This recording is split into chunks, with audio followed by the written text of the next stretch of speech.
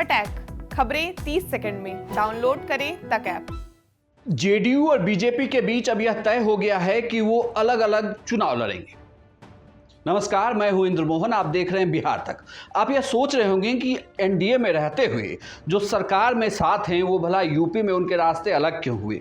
तो ऐसा पहली बार नहीं हो रहा है जब ये राजनीतिक पार्टियां अलग अलग चुनाव लड़ रही हैं। इससे पहले झारखंड में भी जेडीयू ने बीजेपी से अलग चुनाव लड़ा था, अरुणाचल प्रदेश में इन्होंने अलग चुनाव लड़ा था, मणिपुर में इन्होंने अलग चुनाव लड़ा था। खैर, बात यह है कि बीजेपी से लगातार इस कोशिश में जेडीयू लगी हुई थी कि किसी न किसी मुद्दे पर उनकी पार्टी के साथ बात बन जाएगी और वो साथ में चुनाव लड़ेंगे, लेकिन यह संभव नहीं हो पाया। बल्कि यूं कहें कि बीजेपी की तरफ से कोई भी सकारात्मक बात नहीं हुई। जेडीयू ने इसके लिए आरसीपी सिंह को आगे किया हुआ था। आरसीपी सिंह ही लगातार बीजेपी से बात कर रहे थे।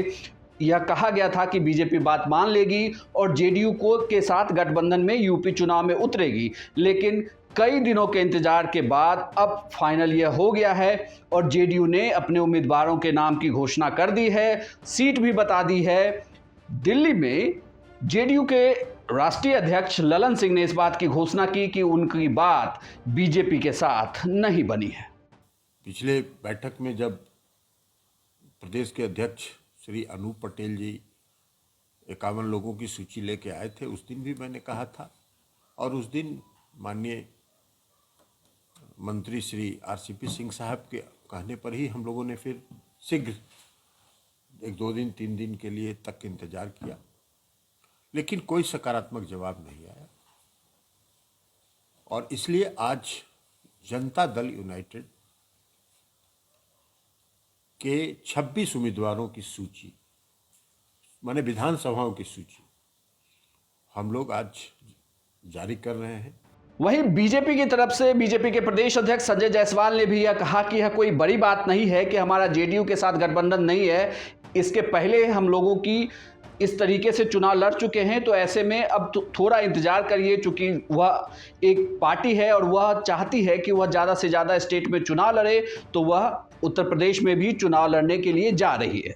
बिहार भारतीय जनता पार्टी एनडीए का घटक है और पहले भी ऐसे समय आए हैं जब दूसरे प्रदेशों में समझौता नहीं हुआ है और हर प्रदेश की अपनी आकांक्षाएं हैं। हर प्रदेश के नेतृत्व को स्वयं तय करना होता है कि वह किसके किसके सहयोग से अपने प्रदेश को चलाएंगे। परिस्थितियां हुई होंगी, यह केंद्रीय नेतृत्व तय करता है, पर यह कोई पहली बार नहीं है। हमारा उनका गठबंधन 25 वर्षों से रहा है, पर उत्तर प्रदेश में कभी भी हम लोगों का गठबंधन नहीं रहा।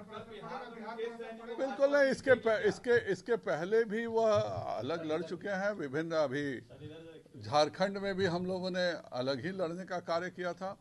दूसरे प्रदेशों से बिहार को कोई मतलब नहीं है। बिहार में एनडीए गठबंधन पूर्णतः एक है और बहुत मजबूती से 5 वर्ष का कार्यकाल पूरा। बीजेपी और जेडीयू के गठबंधन टूटने के बाद यूं कहें कि यूपी में अलग होकर चुनाव लड़ने के इस फैसले के आने के बाद आरजेडी ने भी निशाना साधा है। आरजेडी के प्रवक्ता मृत्युंजय तिवारी ने कहा है कि जब इस गठबंधन में सब कुछ ठीक नहीं है, तभी ये दोनों पार्टियां अब यूपी में अलग अलग चुनाव लड़ेंगी।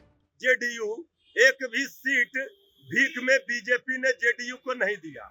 अब आदरणीय नीतीश कुमार जी बीजेपी के खिलाफ वोट मांगने जाएंगे, भाजपा मुक्त उत्तर प्रदेश बनाएंगे नीतीश कुमार जी जाकर। अब ये कौन सा खेल बीजेपी कर रही है, अब समझ ले। सारे सहयोगी दल, मुकेश सहनी जी पार्टी मल्ला समाज से आते हैं, निषाद समाज से, उनको भी कोई नोटिस भाव नहीं दिया। आदरणीय मांझी जी भी कहते रह गए कि हम उत्तर प्रदेश में अपना चुनाव लड़ना चाहते हैं, बीजेपी ने कोई भाव नहीं दिया। तो पूरी तरह से बीजेपी ने अपने सभी तीनों सहयोगी दलों को औकात दिखा दी, हैसियत दिखा दी। यहां से देखना होगा कि जेडीयू और बीजेपी की सियासत को किस तरफ जाती है, क्योंकि ये एक बहुत बड़ा फैसला है। बिहार से लगा हुआ प्रदेश उत्तर प्रदेश है। उत्तर प्रदेश के चुनाव के नतीजे का इम्पैक्ट बिहार पर बहुत ज़्यादा होता है। ऐसे में जेडीयू भी इंतजार कर रही होगी कि इस बार के विधानसभा चुनाव में उनके लिए परिणाम किस तरह के होते हैं, और बीजेपी भी इस बात का इंतजार कर रही है कि इस परिणाम का रिजल्ट क्या आता है। यह वीडियो आपको कैसी लगी हमें कमेंट बॉक्स में लिखकर जरूर बताइएगा।